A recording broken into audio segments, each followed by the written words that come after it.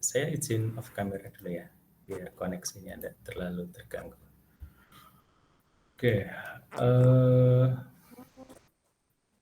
pada kesempatan kali ini kita akan membahas sebentar saja ini belum.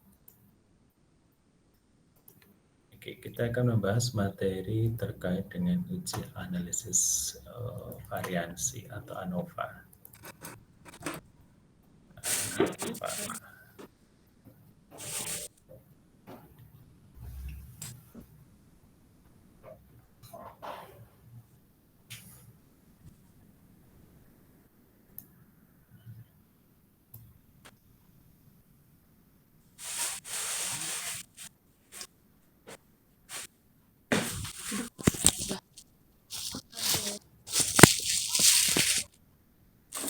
Butuh ini buat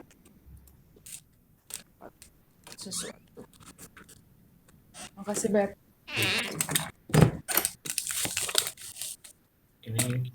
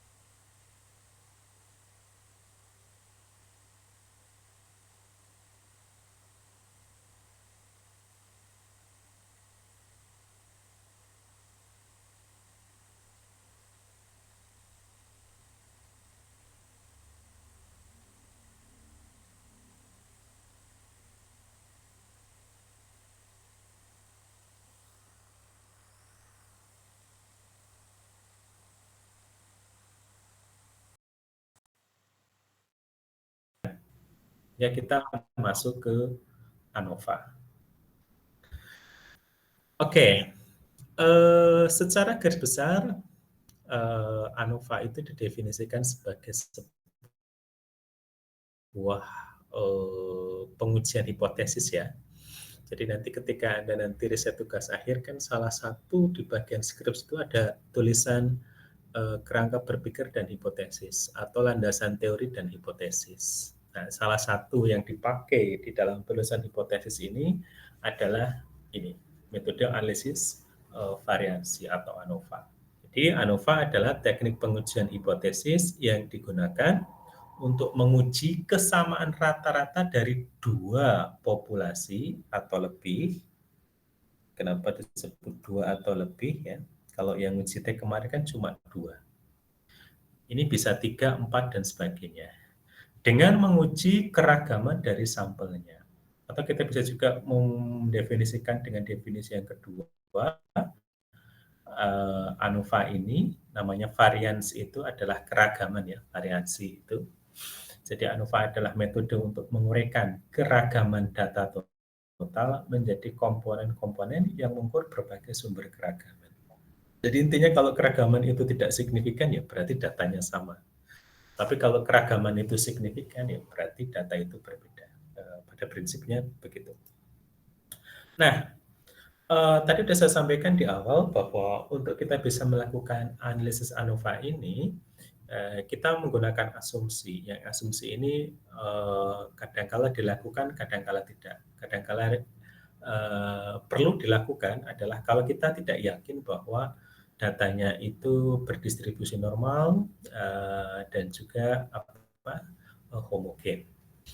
Tapi kalau kita misalkan yakin datanya itu sudah memenuhi syarat atau namanya uji prasyarat atau uji pendahuluan terhadap ANOVA ini, kita bisa langsung. Nah, asumsi-asumsi yang dipakai bahwa metode ANOVA itu valid untuk sebuah pengujian hipotesis adalah jika sampel yang kita miliki itu adalah random dan independen. Artinya tidak ada keterkaitan antara kelompok satu dengan kelompok yang lain. Dan datanya adalah random atau acak. Populasinya berdistribusi normal.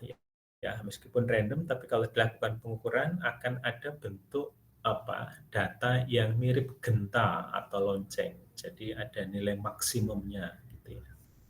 Kemudian yang ketiga, populasi mempunyai kesamaan variansi. Ini yang dimaksud dengan tadi ya, uji homogenitas. Ini uji normalitas, yang bawah adalah uji homogenitas. Syarat yang satu tadi, sampelnya adalah random dan independen. Oke, misal sebagai sebuah ilustrasi begini, kita memiliki 4 jenis pupuk yang kita miliki ini, pupuk kimia yang kita miliki itu sebagai P1, P2, P3, P4, ingin kita uji performanya atau pengaruhnya. Jadi nanti hipotesisnya adalah kita kepingin menguji pengaruh pupuk terhadap produksi tanaman kedelai.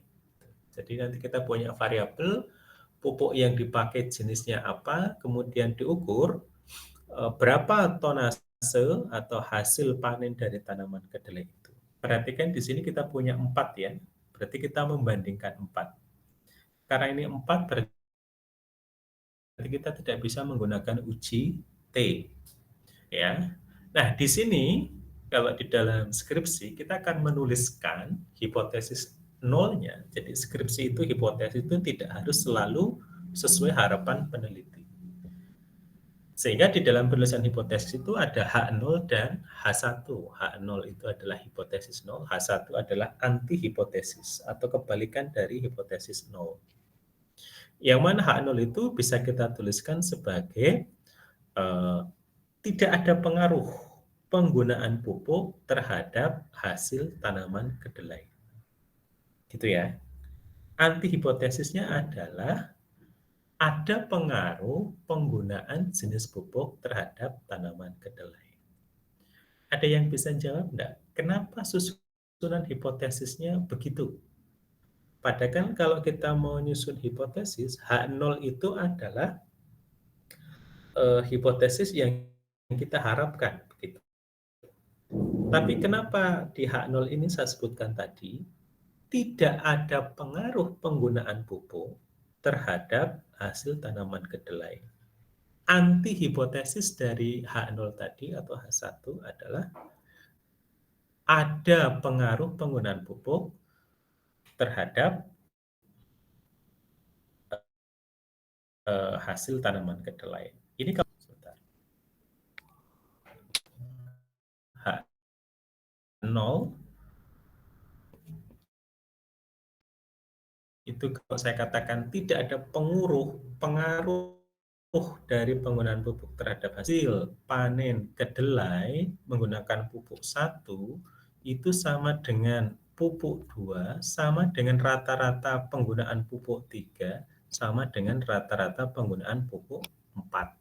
Jadi kalau saya bahasakan adalah tidak ada pengaruh penggunaan pupuk 1, 2, 3, dan 4 terhadap hasil tanaman kedelai. Kenapa? Ya, karena hasilnya rata-rata itu sama. Paham ya? Anti hipotesisnya atau H1 adalah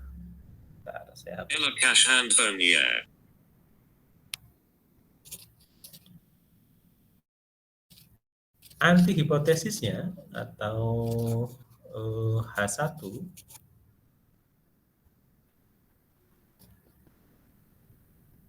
ada pengaruh penggunaan pupuk terhadap produksi tanaman kedelai. Artinya apa? Rata-rata penggunaan pupuk 1 terhadap hasil tanaman kedelai menggunakan pupuk 1 bisa jadi sama dengan pupuk 2, bisa jadi sama dengan pupuk 3, tapi tidak sama dengan pupuk 4. Artinya minimal ada satu yang berbeda. Entah itu pupuk 1, penggunaan pupuk 2, atau pupuk 3. Sehingga anti hipotesisnya bisa kita tuliskan adalah minimal akan ada satu yang berbeda dari rata-rata panen kedelai akibat penggunaan pupuk. Gitu ya. Itu yang dimaksud dengan uji hipotesis. Gitu. Untuk kasus yang pertama ini kita nanti menyebutnya sebagai ANOVA single factor ya. Yang contoh yang atas kita sebut sebagai ANOVA single factor. Kenapa? Karena di sini yang kita permasalahkan atau kita uji variabelnya adalah hanya variabel jenis pupuk. Mari kita perhatikan untuk kasus yang kedua. Kita kepingin mengetahui apakah ada pengaruh faktor jenis pupuk. Jadi, ini kita punya tanaman kedelai, hasil panen kedelai. Sebentar. Ini hasil panen. Apakah hasil panen kedelai ini dipengaruhi oleh faktor pupuk? Yang pertama, yang tadi ya, contoh yang atas. Yang kedua, apakah hasil panen itu juga dipengaruhi oleh varietas tanamannya? Nah, berarti di sini kita punya dua faktor yang mau diuji. Yang pertama, pengaruh pupuk. Yang kedua, pengaruh varietas tanaman. Dua variabel ini kita perlakukan secara simultan, berbarengan, artinya pupuk dengan jenis tanaman satu, pupuk satu dengan jenis tanaman B, pupuk satu dengan C, dan seterusnya. Kalau yang atas kan hanya hasil panen terhadap pupuk. Sehingga yang atas nanti kita sebut sebagai ANOVA single factor, karena di sini kita punya dua faktor yang mau dikaji.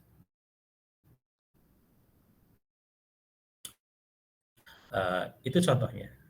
Oke. Nah, tadi. Nah, ini yang sebentar saya tak pindahkan ini ya. Oke. Nah, contohnya seperti ini ya. Misalkan P1, P2, P3, P4. Artinya ketika kita melakukan desain eksperimen, ini namanya desain eksperimen. Nah, ini. Oke, ini namanya desain eksperimen.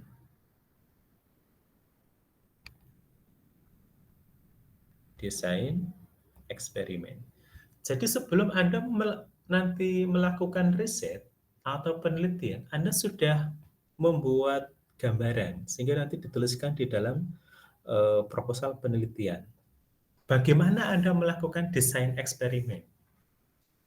Contoh misalkan di sini, oh saya hanya kepingin mengkaji satu jenis faktor, yakni misalkan jenis pupuk terhadap tanaman. Berarti jenis tanaman yang Anda gunakan itu varietasnya harus sama. Jadi terkontrol ya. Jadi kalau tanamannya berbeda ya bukan single faktor namanya. Jadi ini jenis tanamannya harus sama. Yang berbeda itu hanya jenis pupuknya saja, P1, P2, P3, P4. Itu ya. Jadi misalkan nanti kalau Anda sintesis misalkan mau menguji bagaimana hasil rendemen reaksi hidrorengkah minyak bumi misalkan menggunakan katalis 1, katalis 2, katalis 3, katalis 4. Rendemennya berbeda atau tidak? Nah, tapi di sini meskipun ada 4 katalis, tetapi faktornya sama, yakni sama-sama katalis. Jadi jenisnya hanya satu, yang disebut sebagai ANOVA single factor. Sedangkan pada kasus yang kedua ini tadi saya sampaikan, misalkan begini, saya sampaikan ya, desain datanya berarti nanti Anda bisa berhitung. Kenapa ini penting? Karena nanti kita bisa memperkirakan berapa jumlah pupuk yang diperlukan, berapa jumlah tanaman yang diperlukan. Nanti kalau Anda riset misalkan, nanti Anda akan tahu berapa jumlah reagen yang diperlukan, berapa jumlah data yang harus dilakukan. Nah, untuk jenis yang kedua ini kan berarti Anda harus melakukan ini. Tanaman A, varietas A diinteraksikan dengan pupuk pertama. Pupuk pertama dengan varietas B. Pertama dengan C. Yang kedua dengan A, yang kedua dengan B, yang ketiga dengan C. Dengan melakukan desain eksperimen seperti ini, Anda bisa menghitung yang pertama kebutuhan dari bahan, yang kedua kelengkapan data, yang ketiga yang tidak kalah pentingnya adalah memperkirakan jumlah estimasi biaya yang harus dikeluarkan ketika melakukan penelitian. Jadi itu fungsinya seminar proposal itu adalah Anda membuat kalkulasi, estimasi. Kira-kira apakah dengan data seperti ini cukup? Kemudian kalau data yang dikehendaki seperti ini, kira-kira biayanya berapa? Waktunya bagaimana? Cukup enggak untuk misalkan 1 semester misalkan? Gitu ya. Jadi itu penting untuk kemudian Anda tuliskan di dalam proposal Anda. Sehingga nanti di proposal ANOVA ini sesungguhnya adalah mengkaji pengaruh-pengaruh ya. Variabel terikat terhadap variabel bebas terhadap variabel terikat. Dalam hal ini variabel bebasnya adalah jenis pupuk terhadap hasil tanaman kedelai. Dan juga varietas tanaman terhadap hasil panen kedelai. Oke, next. Nah, apa kesimpulannya? Kesimpulannya adalah berdasarkan dari kriteria atau variabel yang mau diamati atau digunakan, maka metode ANOVA dapat kita klasifikasikan menjadi paling tidak 3. Tapi sebenarnya lebih dari 3. Sementara ini kita batasi 3 dulu. Yang pertama adalah ANOVA single factor. faktornya hanya satu, jenis pupuk tadi. Yang kedua, ANOVA 2 faktor, tapi tanpa replikasi, tidak dengan pengulangan. Kayak contoh yang kedua tadi ya, pupuk dengan varietas tanaman A dicoba 1 kali, pupuk 2 dengan varietas tanaman B dicoba 1 kali. Nah, yang ketiga adalah ANOVA 2 faktor dengan replikasi. Contoh, tadi kasus pupuk dengan pupuk 1 dengan tanaman A, itu diulang 3 kali. Jadi setiap setnya itu diulang lebih dari 1 kali. Yang ini maksud saya. Nah, ini kan yang ini hanya 1 ya. Nanti kalau dia, dengan pengulangan, P1 dengan A itu diulang menjadi, bisa jadi 3 kali ya. Jadi 3 kali. 3 kali itu maksudnya ada, nanti di sini ada hasil 1, hasil 2, yang jelas datanya lebih dari 1. Oke. Sekarang kita akan masuk ke ANOVA yang pertama, single factor. Nanti kalau waktunya habis saya diingatkan ya, diinterupsi aja enggak apa-apa. Oke. Yang pertama ANOVA single factor. Tadi sudah disampaikan di awal, yang dimaksud dengan ANOVA single factor adalah sebuah metode untuk menguraikan variansi atau keragaman data total menjadi komponen-komponen yang mengukur sumber keragaman, di mana klasifikasi pengamatan didasarkan atas hanya 1 kriteria atau 1 faktor saja, atau 1 variabel perlakuan. Oke, kita ini dulu ya.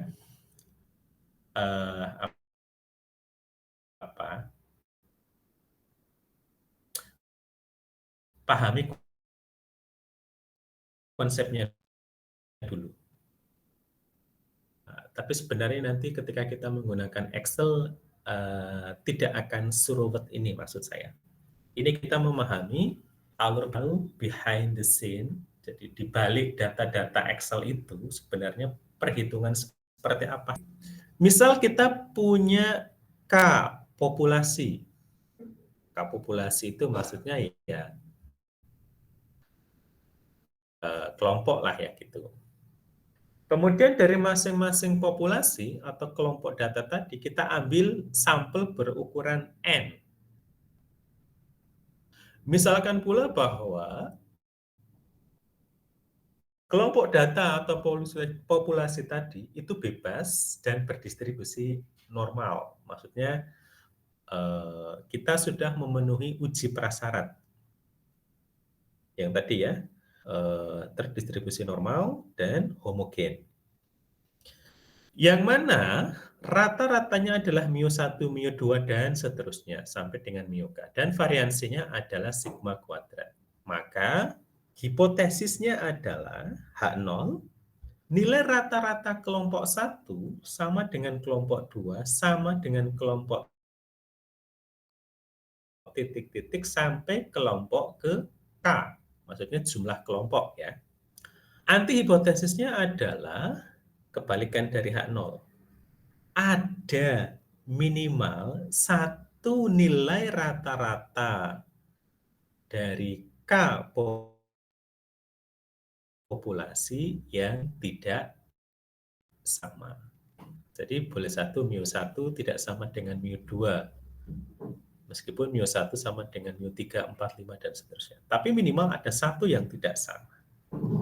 Maka kita menggunakan rumus hitung untuk jumlah kuadrat. Jadi ini adalah perhitungan di balik Excel-nya ya nanti. Kita menghitung jumlah kuadrat total atau JKT, jumlah kuadrat perlakuan atau JKP, dan jumlah kuadrat galat. Gitu ya. Nanti apa itu JKT, JKP, JKG nanti akan kita lihat di Excel muncul sebagai mean square within dan between. Oke ya, oke. Nah, seperti ini. Nah, ini nanti yang di Excel akan muncul tabel-tabel seperti ini, tapi ini versi bahasa Indonesianya ya. Yang di sini kita yang di sebelah kiri ini adalah sumber variansi dari perlakuan atau treatment, kemudian ada galat atau error, kemudian ini ditotalkan jumlahnya berapa. Derajat kebebasan. Derajat kebebasan tadi jika ada kelompoknya sebanyak K, misalkan kita punya tadi 4 perlakuan, berarti K-nya ada variabel perlakuan adalah K-1.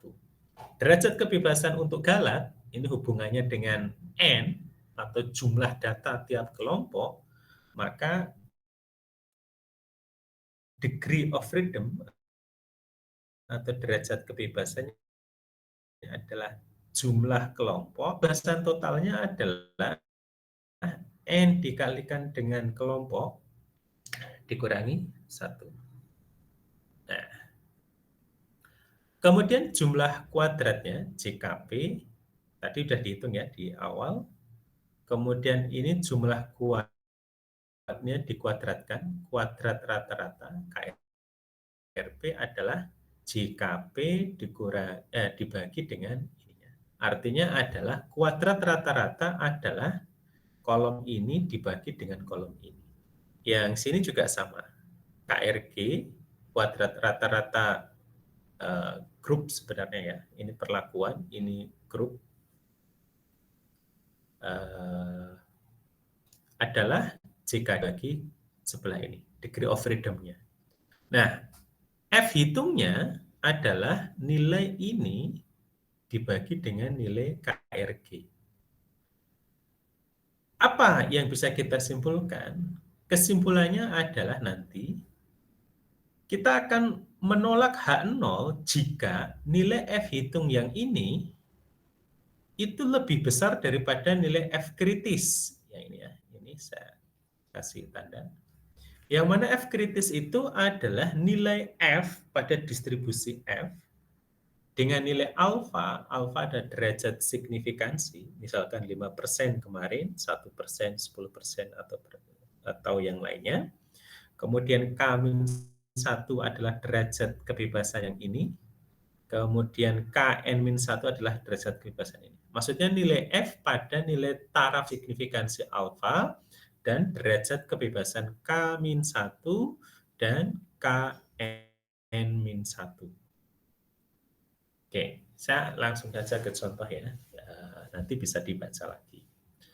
Misal kita punya 3 jenis katalis yang berbeda yang akan digunakan pada sebuah reaktor untuk mengetahui rata-rata waktu reaksi yang diperlukan pada proses hydrocracking 1 liter minyak mentah. Kemudian kita peroleh waktu yang diperlukan untuk katalis 1 adalah yang kuning ini, waktu yang diperlukan katalis 2 adalah yang ini, yang 3 adalah ini. Oke, kemudian kita akan uji pada nilai alfa atau taraf signifikansi 5%. 5% atau 0,05. Apakah ada perbedaan rata-rata waktu reaksi? Ini kelihatannya ketika sudah jadi soal begini mudah ya. Tetapi di dalam riset itu bikin soal seperti ini susah. Susahnya maksudnya apa? Bagaimana desain saya? Sebenarnya behind dari atau latar belakang dari contoh ini misalkan adalah Anda kepingin membuat sebuah katalis baru yang memiliki waktu reaksi secepat mungkin. Jadi salah satu salah satu parameter katalis yang baik adalah rendemennya bagus, waktunya singkat. Nah, kira-kira gitu maksudnya. Nah, ini kebetulan rendemennya sudah oke. Sekarang kita mau menguji mana yang waktunya paling cepat karena terkait dengan efisiensi. Sama ya kayak sekarang efisiensi anggaran. Ini juga sama efisiensi. Jadi semakin cepat, semakin efisien dari segi cost produksi. Maka di sini kita berpikir, saya mau mengusulkan nih, misalkan K1. K1 adalah katalis modifikasi yang saya usulkan untuk ya minimal sama dengan katalis-katalis yang sudah ada. Jadi biasanya di Pertamina itu katalis itu kan masih dibeli dari luar negeri yang harganya mahal gitu ya. Sehingga kemudian risetnya adalah kepengen membuat katalis yang kinerjanya minimal sama dengan produksi luar negeri. Syukur bisa lebih cepat, kira-kira begitu maksudnya. Nah, sehingga misalkan K2 dan K3 adalah katalis yang dibeli dari luar negeri. K1 adalah katalis yang saya modifikasi di laboratorium. Kemudian saya uji misalkan. Seperti ini, ada 25, 26, 24, 23, 25, 23, 25. Sebenarnya harapan riset ini tidak muluk-muluk. Minimal K1 ini itu sama dengan K2, K3. Tapi kalau dia nanti lebih baik, lebih kecil waktunya, itu berarti bonus riset. Gitu maksudnya. Tapi di sini pasti yang akan kita tuliskan sebagai hipotesis di sini adalah apakah ada perbedaan yang signifikan antara ini dan ini? K1, K2, dan K3. Apakah ada perbedaan rata-rata waktu reaksinya atau tidak? Kalau begitu kita tuliskannya bagaimana? Ya H0-nya adalah tidak ada perbedaan rata-rata waktu katalis 1, katalis 2, dan katalis 3. Anti hipotesisnya adalah ya mungkin katalis 1 tidak sama dengan katalis 2, tidak sama dengan katalis 3. Atau bahasa singkatnya adalah minimal akan ada satu rata-rata waktu reaksi yang berbeda dari penggunaan 3 katalis tadi. Jika kita tuliskan hipotesisnya seperti ini. Ya, jadi sudah kita rumuskan masalahnya ya. Masalahnya adalah apakah waktu reaksinya berbeda atau tidak. Kita tuliskan hipotesisnya H0 dan H1. Ini ya yang sering Anda tuliskan di skripsi. Kemudian perbedaan itu mau diuji pada taraf signifikansi berapa? 5%. Oh, 5% itu biasanya untuk riset-riset saintifik itu biasanya 5%. Kalau untuk kedokteran kedokteran itu biasanya toleransinya 1% ya. Kenapa 1%? Ya, supaya tidak terjadi human error. Kalau di kedokteran itu kan hubungannya dengan manusia, makhluk hidup. Kalau dia errornya terlalu besar, misalkan penyakit sariawan disuntik kemudian mati. Sehingga dalam kedokteran error itu sangat ketat, ya, hanya boleh 1%. Tapi kalau untuk yang saintifik itu ya 5%, 10% masih ditoleransi.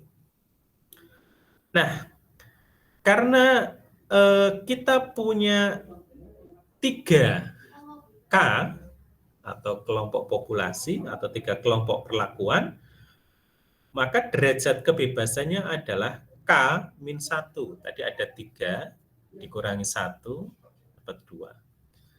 Sedangkan derajat kebebasan Galat itu masing-masing data ada 4 ya. 4 datanya tadi ada berapa? Ada 5 kalau tidak salah ya. Bentar kita cek dulu. 1, 2, 1, 2, 3, 4, 5. Ya, masing-masing data ada 5, 5 kali 3, ya, ya benar ya, 5 kali 3, kita punya 15 data. Ada 15 data. Ingat ya tadi yang ini, K dikalikan dengan N-1 derajat kebebasannya. K dikalikan dengan N-1. K-nya adalah 2 dikalikan dengan N-1.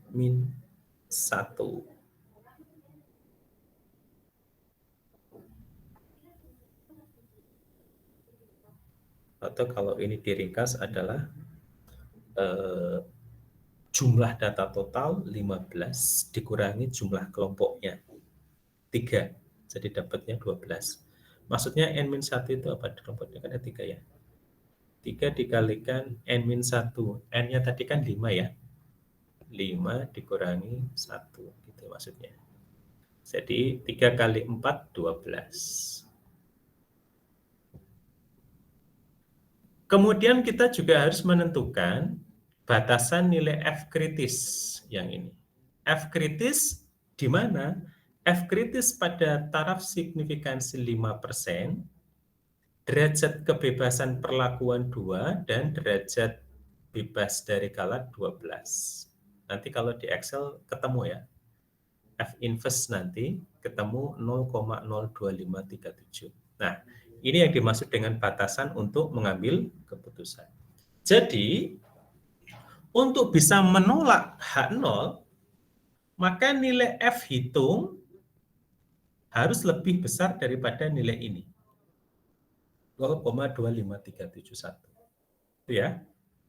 Ini cara penyelesaiannya. Jadi, untuk bisa menolak H0, artinya bahwa ini sama saja, maka F hitung dari data itu harus lebih besar daripada F kritisnya yang ini. Nah, mari kita hitung ya dengan cara manual. Ini manual dulu, tapi nanti kalau pakai Excel ya tinggal ditarik-tarik saja selesai. Ini kan tadi K1, ini K2, ini K3. Ditotalkan ke bawah, ketemu ini masing-masing, ketemu ini ke bawah, ketemu ini juga. Kemudian ini kalau ditotal ketemu ini. Oke, nah, kemudian kita menghitung tadi ya, ada JKT, JKP, dan sebagainya. JKT adalah, nanti dibaca di rumah ya, ini dapat 25,4 dari mana, 26 dapat dari mana. Tadi udah di awal ya. Kita dapatkan JKT-nya ini. Nanti dibaca ini, 25,4 itu data apa, 2,6 itu data apa. Gitu. Kemudian kita ngitung JKP-nya, ini juga sama ini. Ini kan adalah jumlah kuadrat perlakuan ya, dan jumlah kuadrat galat JKP itu jumlah kuadrat perlakuan, JKP jumlah kuadrat galat. Ini TI kuadrat, ini dapatnya dari mana? 124. 124 itu, nah ini ya, di ini nanti dipakai di dalam perhitungan secara manual. Nanti diperhatikan ya di ininya, di slide-nya. Oke, JKP, JKG udah ketemu ya. JKP-nya ini, JKG-nya ketemu ini. Maka kita akan dapatkan tabel seperti ini. Jadi ini adalah rumus apa? Ringkasannya ya. Untuk perlakuannya, derajat kebebasannya ada 3 kelompok dikurangi 1, 2, kemudian galatnya adalah 15 N dikurangi 3, bukan 15 dikurangi 3, ini sebenarnya tadi rumusnya adalah K, K-nya itu 3 dikalikan dengan 5 dikurangi 1, sehingga ketemu 12, bukan 15 dikurangi 3. Tapi sebenarnya sama saja, kenapa 15 dikurangi 3? Karena ada 15 data dikurangi 3 kelompok, kira-kira gitu maksudnya, itu sama aja dengan 12. Oke, kemudian jumlah kuadratnya udah ketemu. Nilai F itu kan sebenarnya adalah nilai JKP dibagi dengan ini, dapat ini, dibagi dengan JKG dibagi ini, dapat ketemu ini. F-nya adalah perbandingan ini dengan ini dengan ini. Kita dapatkan ini. Paham ya? Ini dapatnya dari mana? Ya, dari perhitungan ini, data ini. Oke. Nah, ternyata kita dapatkan F hitung adalah 25,6. Sementara nilai F kritisnya tadi, F kritisnya kita dapatkan berapa? Pak saya tadi. Mana di sini? F kritisnya adalah 0,02 ya, 0,02. Kita dapatkan 0,02. Ya. Karena nilai F hitung 25,6, ini bukan 3,89 ya, tapi tadi 0,02 kalau tidak salah tadi. Maka H0 ditolak, karena F hitung lebih besar daripada F kritis yang ini. Ini tidak 3,89, saya salah ini tadi. 0,02 tadi yang di atas. Jadi kesimpulannya adalah H0 ditolak. H1 diterima. Artinya bahwa ada perbedaan yang signifikan dari penggunaan katalis terhadap waktu reaksi. Dengan kata lain di dalam bahasa eksperimen adalah ANOVA ini akan memberikan informasi kepada Anda bahwa oh ternyata faktor katalis berpengaruh terhadap waktu reaksi. Bahasa kesimpulannya itu begitu. Jadi ketika Anda misalkan membuat variabel-variabel di dalam penelitian, misalkan, apakah ada pengaruh faktor katalis terhadap waktu reaksi? Nah, jawabannya seperti ini. Hati-hati ya ketika Anda menggunakan kata-kata pengaruh, pengaruh, pengaruh, pengaruh, maka konsekuensinya data itu harus bisa diuji. Apakah itu karena faktor kebetulan atau karena betul-betul itu konsistensi dari data yang diperoleh. Kayak gini tadi ya, misalkan Anda dapatkan. Jadi kalau Anda cuma punya satu data, ini seringkali di dalam skripsi kita baca, datanya dia hanya mengukur satu setiap perlakuan. Katalis 1 hanya diukur sekali, katalis 2 diukur sekali, katalis 3 diukur sekali. Kemudian dia mengatakan bahwa, oh ada pengaruh. Kenapa? Karena hasilnya berbeda.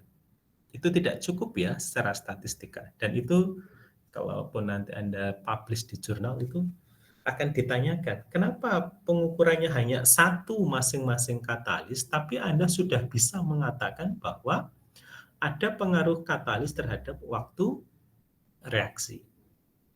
Jadi minimal ya dia harus diulang 3 kali ya. Ya 3 kali lah untuk kemudian bisa kita yakin. Kalau lebih dari 3 kali mungkin biayanya relatif mahal ya. Minimal 3 kali.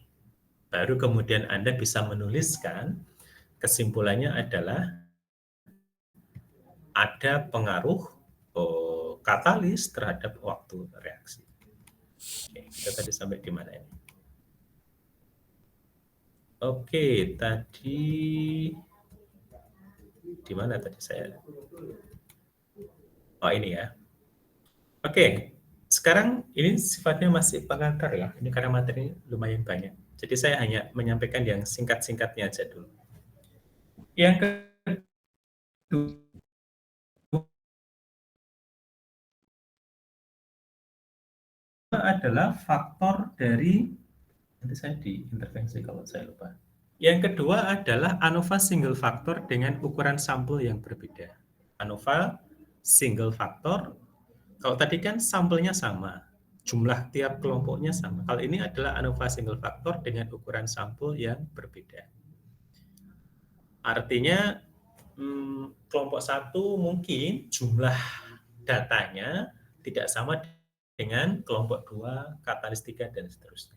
Itu memungkinkan ya untuk dilakukan analisis menggunakan ANOVA single factor. Kenapa begitu? Karena pada kenyataannya ketika kita melakukan riset kimia, seringkali data kita itu tidak bisa sama, apalagi yang biologi ya misalkan.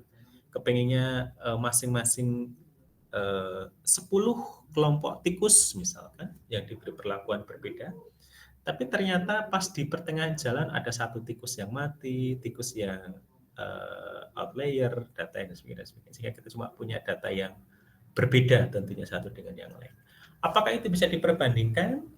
Bisa ya, dengan menggunakan ANOVA single factor. Pada prinsipnya hampir sama, cuma ada sedikit modifikasi di dalam perumusannya ya. Rumusnya ini juga masih sama. Ini bedanya adalah ininya K-1 galatnya N-K. Bedanya mungkin tadi di sini ya. Kalau tadi kan di sini adalah K ini maksudnya. Ini adalah tadi K dikalikan dengan N-1 ya. Kalau sekarang ininya masih sama, yang beda itu di sini. Sehingga tentu nilai ininya juga nanti akan berbeda. KRP dibagi dengan KRG beda. Nah, saya ambil contoh misalkan begini. Nah, datanya begini. Dalam sebuah percobaan atau eksperimen biologi, kita menggunakan 4 bahan kimia. Ini biasanya cekaman ya. Cekaman itu apa ya? Jadi kalau di biologi, di tumbuhan itu, kalau tumbuhan itu dikondisikan dia terancam, maka dia akan berusaha untuk mengeluarkan metabolit sekunder untuk bisa mempertahankan diri. Contoh adalah kayu gaharu. Kayu gaharu itu tidak akan menghasilkan senyawa yang wangi kalau dia tidak dilukai atau dia tidak terancam. Maka biasanya kayu gaharu itu dilukai dengan cara misalkan dibacok atau ditusuk dengan besi panas atau diberi perlakuan lain yang mengancam kayu gaharu itu. Sehingga nanti dia metabolit sekunder itu adalah sebuah respon yang dikeluarkan oleh organisme untuk merespon lingkungannya. Jadi dia harus diancam dulu baru keluar. Nah, pada kasus ini contohnya adalah kita menggunakan 4 konsentrasi bahan kimia untuk memberikan efek cekaman terhadap organisme biologis. 4 konsentrasi bahan kimia ini diaplikasikan kepada si organisme tadi. Jadi organismenya sama ya. Jadi kita kontrol, ini bukan organismenya berbeda-beda. Tumbuhan satu misalkan rumput, tumbuhan yang kedua ilalang, itu bukan. Ini tumbuhannya sama. Konsentrasi bahan kimianya yang dipakai juga sama. Cuma yang divariasi hanya konsentrasinya. Sehingga Anda punya mindset betul ya bahwa oh ini hanya faktor konsentrasi bahan kimianya. Bukan bahan kimianya yang berbeda-beda, bukan. Tapi hanya konsentrasinya yang berbeda, jenis tumbuhannya sama, bahan kimianya juga sama. Ya, kita akan uji pada taraf signifikansi 5%. Nah, di sini terlihat bahwa dalam perjalanannya ada tumbuhan yang mati sehingga tidak bisa dilakukan analisis lanjutan. Sehingga ini hanya dapat 4, ini dapat 5. Ini berhasil bisa semuanya, ini hanya dapat 5 juga. Berarti beda antar kelompoknya tadi. Maka kita menyusun hipotesisnya sama kayak 1, μ1, μ2, μ3, μ4, dan seterusnya. Kemudian taraf signifikansi, derajat kebebasannya tadi ya, perlakuannya ada 3 tadi. Perlakuannya tadi ada berapa ya? Ada 4 ya, 4 variasi konsentrasi. Berarti K-1, 3, ini adalah N min berapa tadi? Lupa datanya ada berapa ya, nanti dicek lagi ya. Ini ada 16. Kemudian F kritisnya untuk taraf signifikansi 6 dan 16 pada alfa 5% adalah 3,24. Jadi H0 akan ditolak jika hasil F hitung lebih besar daripada nilai kritisnya 3,24 yang ini. Sama kayak tadi ya, dijumlahkan ke bawah, dijumlahkan, ditotal. Kemudian misalkan hasil perhitungannya JKT-nya 1935, JKP-nya 15462, JKG-nya 3,88. Kita bikin tabel ringkasan analisisnya. Kita dapatkan nilai F hitung 21,2, yang mana F kritisnya tadi 3,24. Artinya bahwa karena F hitung lebih besar daripada F kritis, maka H0 ditolak. Artinya apa? Artinya ada pengaruh faktor konsentrasi kimia terhadap tadi si mikroorganisme biologisnya tadi. Jadi kalau di rumusan masalahnya adalah dituliskan nanti. Jadi rumusan masalah itu sebenarnya harus inline dengan hipotesisnya. Nanti misalkan ini rumusan masalahnya adalah misalkan apakah ada pengaruh atau bisa tuliskan juga bagaimana pengaruh konsentrasi bahan kimia X terhadap pertumbuhan organisme Z. Ini kalau yang kemarin kita yang tugas elektrokimia ya, ini apakah mahasiswanya sama? Nah ini yang sama ambil elektrokimia. Kemarin ada project itu, salah satu mengujinya adalah ini.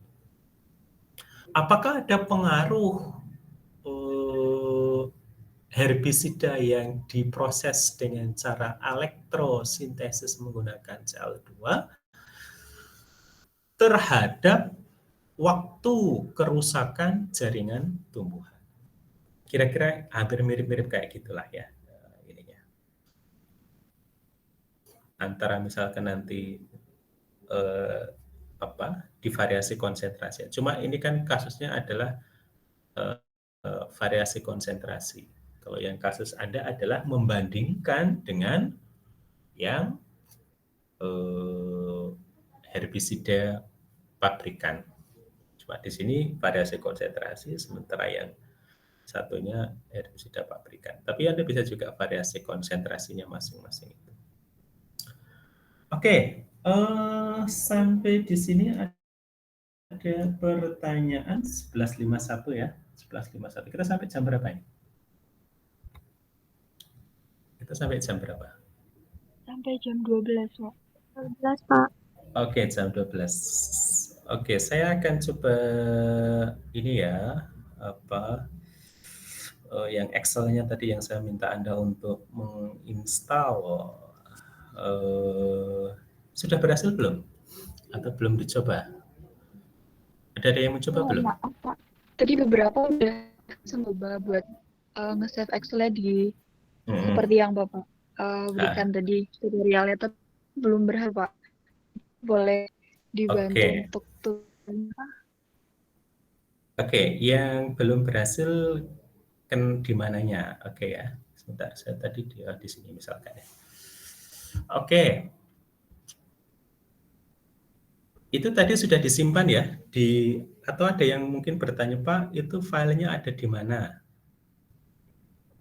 Filenya ada di mana? Kenapa dia ditaruh di C? Karena aman ya, supaya nanti bisa dipanggil oleh si Excel. Tadi kalau sudah Anda download, klik di yang C. C itu adalah yang running ya, maksudnya drive yang dipakai untuk merunning setiap perintah kerja. Di C sudah, kemudian kita cari yang user. Ini ya. Saya pelan-pelan, mungkin ada yang mengikuti. Coba di laptop Anda yang pakai laptop. Di user, klik user. Kebetulan saya usernya ini ada 2. Jadi saya masuk lagi di user yang kedua. Tapi mungkin punya Anda beda ya. Pokoknya dicari aja di user. Kalau ada user 2 kali ya masuk aja user. Sampai di sini bisa diikuti.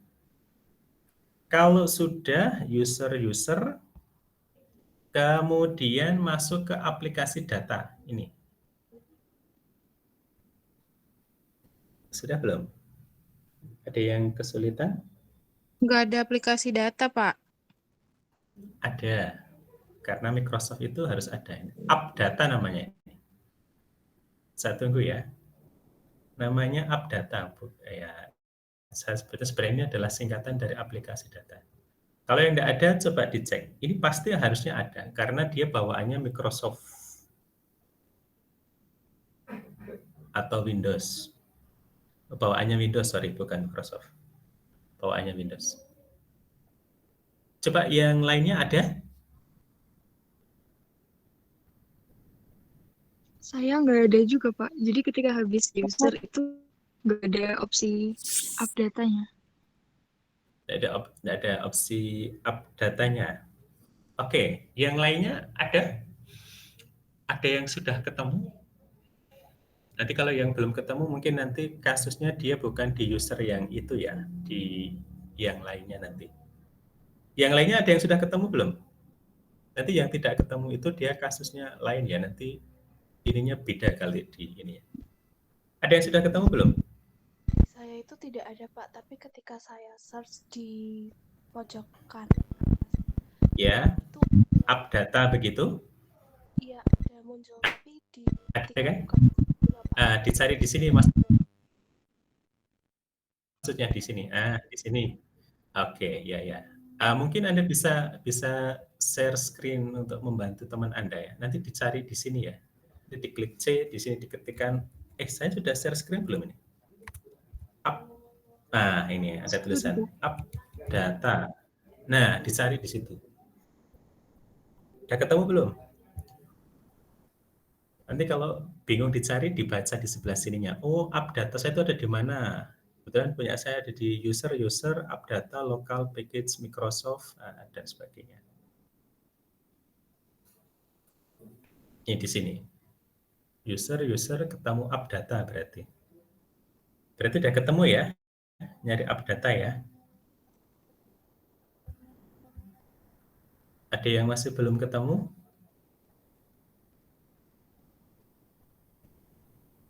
Sebentar. Ini C tadi, saya ulangi. C, cari user. Kalau Anda bingung ya langsung klik aja C, diketik di sebelah kanan sini, cari up data begitu. User, ini data nih ini ya. User sudah. Tadi mana up data saya? Ini ya. Nah, up data. Kemudian roaming, udah ketemu. Saya udah klik roaming.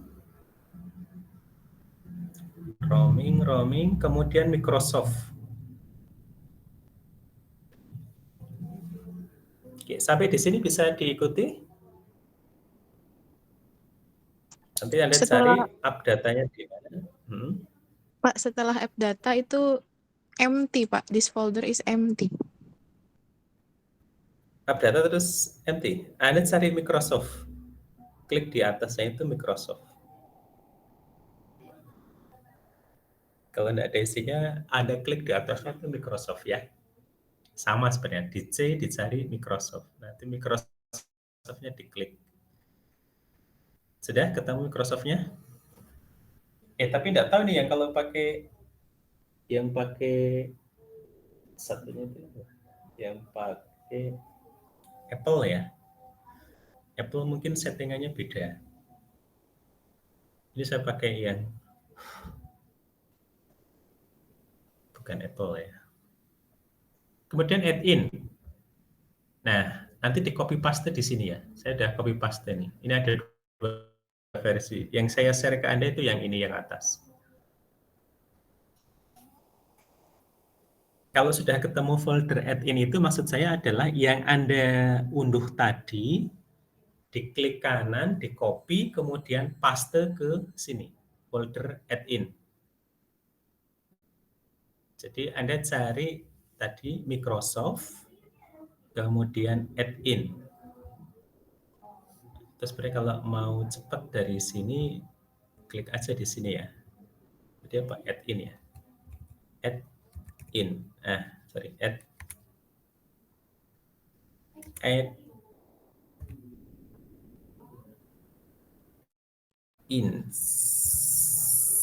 Sorry kok udah keklik. Add-in. Nah, ini. Aduh, ini yang bawah. Sorry. Klik add-ins. Nah, ini.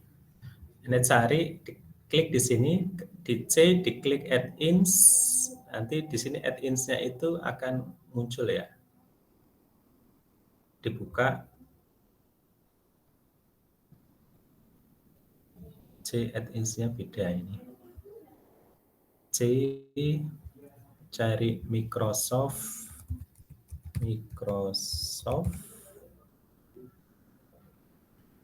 Yang tidak ada netnya, Microsoft.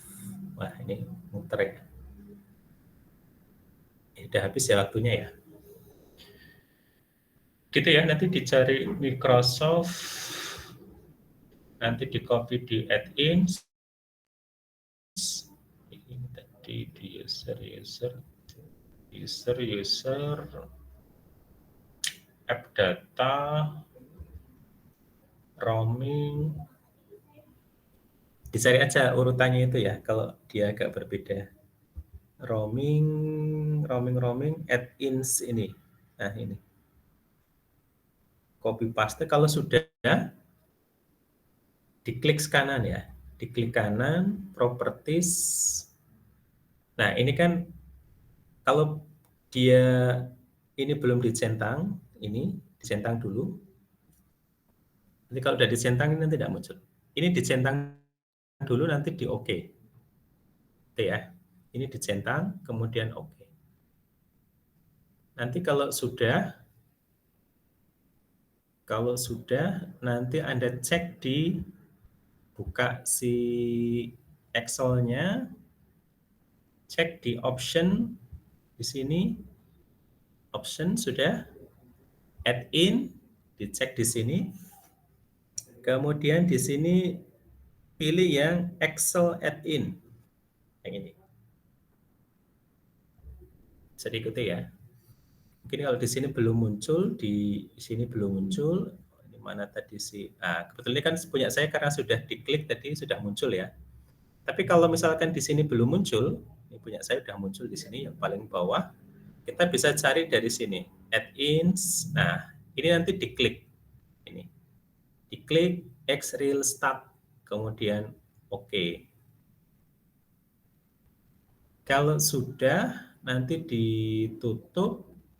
Anda memastikan dia sudah atau ada atau tidak, nanti caranya sama ya, bisa dicek di file sini, option, add-ins. Nah, nanti di sini akan muncul ini, Xreal Start. Ya. Tentunya setelah datanya tadi di unblock ya. Jadi karena kalau dia di block itu maksudnya dia tidak kelihatan, akan tidak terbaca. Nah, kalau sudah berhasil biasanya masing-masing nanti agak beda ya. Nah, nanti Anda cek di sini. Add in. Nah, di sini. Kalau sudah berhasil, Anda cek di sini add in, nanti di pojok kiri muncul ada real statistik. Nah, ini. Nah, nanti akan muncul data analysis tool. Bisa diikuti ya. Nah, karena kita akan pakai ini besok untuk yang multivariate analysis, termasuk yang ANOVA juga. Jadi toolpack ini itu bukan bawaannya si Excel langsung ya, jadi ini harus ditambahkan gitu. Jadi bisa pakai yang ini. Jadi sementara ini kita usahakan untuk berhasil menambahkan data analysis tool atau perangkat analisis data tambahan ke Excel-nya. Karena nanti ini mau dipakai untuk macam-macam ya. Jadi sekarang Excel Anda sudah bisa untuk melakukan berbagai macam analisis. Sebentar, ini salah. Anda bisa melakukan berbagai macam analisis yang advance. Tidak yang ini. Nanti kita pakai yang multivariate juga nanti akan pakai. MANOVA, Cummins, kemudian discriminant analysis untuk membuat kayak semacam ya mirip-mirip sensor kecerdasan buatan dan sebagainya. Kemudian kalau ini adalah korelasi, scanning image, convert. Nah ini juga nanti ada scanning image ya, converting image. Jadi kita akan bisa mengolah data gambar. Nanti kalau yang kita belajar tentang analisis colorimetry, nah ini colorimetry itu kan sebenarnya gambar dianalisis, ada enggak hubungan antara misalkan intensitas warna pada gambar ini dengan konsentrasi kimianya berapa. Nah, kira-kira kita nanti mainannya ya kurang lebih ada di sini ya, scan converting ini. Jadi si gambar-gambar itu tadi harus diolah dulu sehingga kemudian bebas dari intervensi, misalkan pencahayaan yang terlalu kuat, warna putih, dan juga apa istilahnya white balancing. Kemudian Anda juga bisa ini ya melakukan neural networks ya. Jadi Anda bisa istilahnya membuat semacam analisis kecerdasan buatan. Istilahnya kalau yang sekarang itu neural network itu ya kayak jaringan neural ya. Jadi kayak semacam ada banyak perangkat otak-otak yang saling terhubung satu dengan yang lainnya. Ini banyak digunakan untuk analisis multivariat, terutama untuk analisis bioinformatika dan sebagainya. Poliklorik, risetisme dan sebagainya. Nanti kita coba satu-satu ini, banyak yang bisa kita eksplorasi dari Excel yang kita buatkan. Terutama ini multivariat ya, multivariat analisis, membuat pengelompokan dari data-data. Jadi sebenarnya prinsipnya ke depan adalah kita bisa melakukan analisis kimia dengan mengurangi penggunaan reagen atau tidak menggunakan reagen sama sekali. Kemometrinya harus kuat untuk bisa melakukan itu. Saya kira itu nanti karena hari ini belum berhasil semua, jadi saya belum buka file Excel-nya ya. Sebenarnya saya mau membagikan file Excel-nya, tapi karena waktunya sudah habis, saya cukupkan sekian. Terima kasih atas kebersamaannya. Ini UTS-nya kapan ya? Tanggal berapa UTS-nya?